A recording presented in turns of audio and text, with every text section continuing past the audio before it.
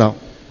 Presidente Manato, colegas parlamentares, minhas senhoras e meus senhores que nos escutam e nos assistem através dos diversos veículos de comunicação da Câmara dos Deputados, participar da rotina dessa casa me parece, deputado Heráclito, aquela analogia que nós fazemos muitas vezes do copo meio cheio ou meio vazio. Do lado da tribuna existe um ponto de vista do governo federal. Do outro lado da tribuna é um outro ponto de vista completamente diferente.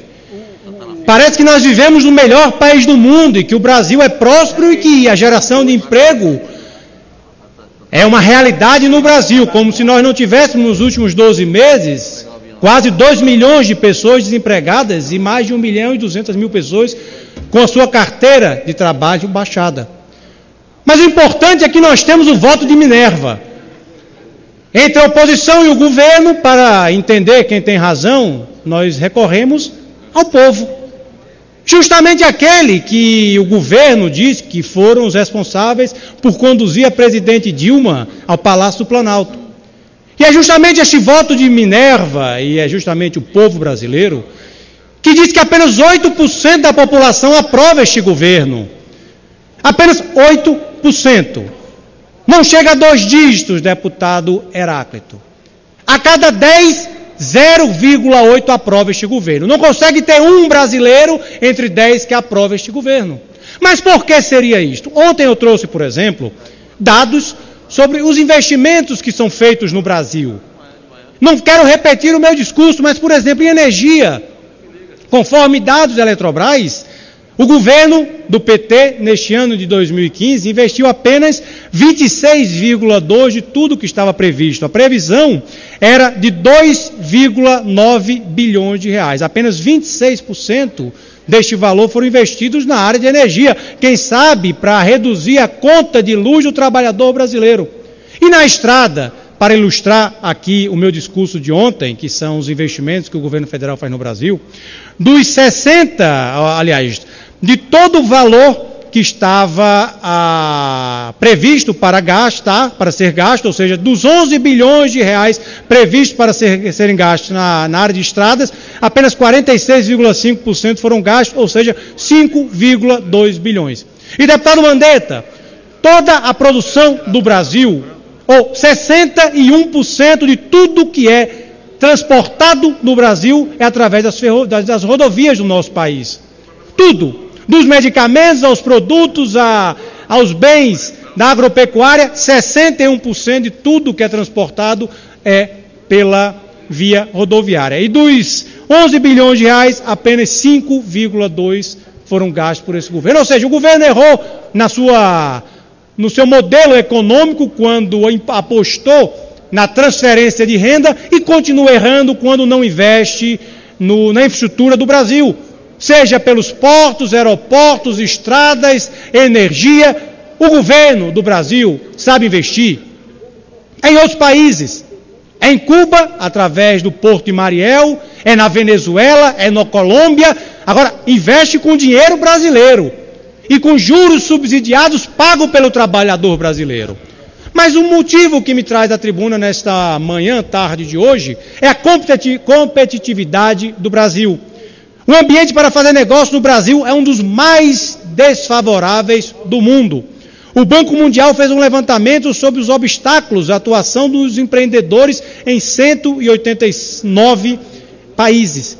O resultado do Brasil, lamentavelmente, foi pífio. Nós ficamos em 70º16º, ou seja, dos 189 países, ficamos na colocação de 116.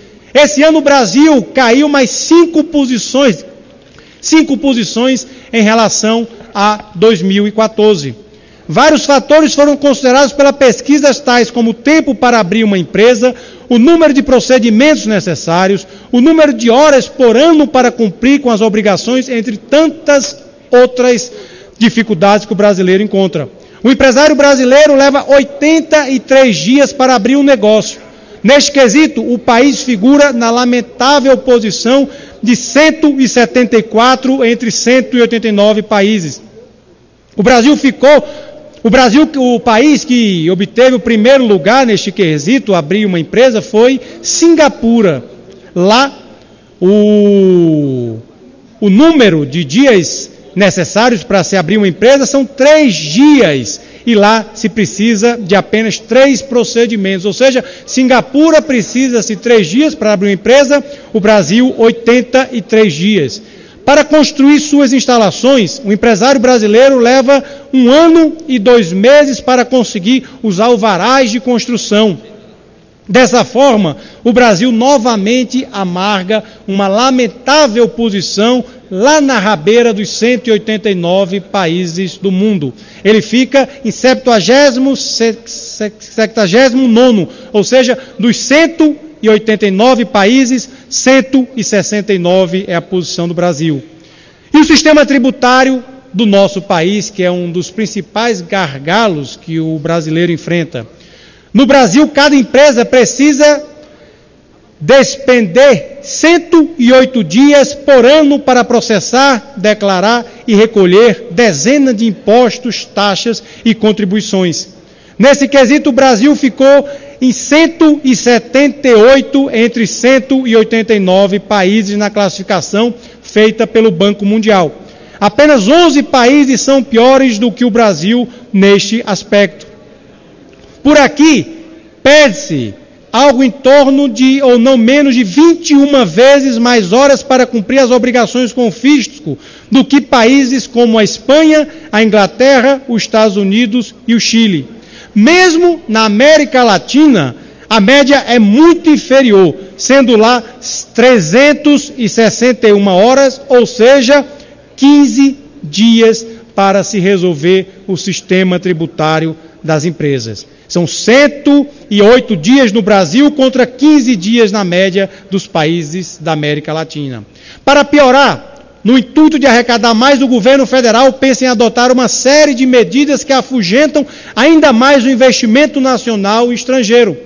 Os investimentos estrangeiros destinados à produção já caiu 34% de setembro de 2014 para setembro de 2015. O governo pretende dobrar de 15% para 30% o imposto sobre ganhos de capital em transações superiores a 20 milhões. A tributação sobre a folha de pagamento de 43 setores, entre eles o transporte urbano, a confecção e a construção civil, será elevada após o governo ter editado uma série de medidas provisórias trazendo estas desonerações. Na contramão deste discurso e prática, em maio de 2014, o governo anunciou que a redução da folha seria definitiva, ou seja, é a famosa insegurança jurídica. E eu aqui abro um parênteses, senhor presidente, para dizer que o estado de Pernambuco, Ceará e Rio Grande do Norte estavam disputando o hub da empresa TAM-Latam. Infelizmente, soubemos há poucos dias que essa disputa ela foi suspensa e o resultado voltará apenas em julho de 2016. Adivinhe qual é a razão? Provavelmente a insegurança jurídica que este governo oferece aos empresários do Brasil, empresários estrangeiros. Ou seja, não adianta, senhores e senhoras da base do governo, virem aqui à tribuna defender este governo. O governo está equivocado. Nós temos inflação de 2 dígitos, nós temos desemprego nas ruas, nós temos queda de produto interno bruto da ordem de 3%, já com previsões para menos 2% em 2016. Concluí, senhor presidente. Não adianta a base do governo querer ganhar no grito ou na palavra. Eu aqui volto às minhas palavras iniciais. A rotina dessa casa parece aquela analogia se o copo está meio cheio ou meio vazio. Se o governo federal é um governo bom ou se é um governo ruim. E eu deixo a palavra com o povo brasileiro que apenas no seu percentual de 7% aprova esse governo. Ou seja, 93% não estão de acordo com a condução do Brasil por este governo, o governo do PT. Portanto, o meu protesto e a minha indignação com a condução do Brasil por parte do governo que aí está. Muito obrigado.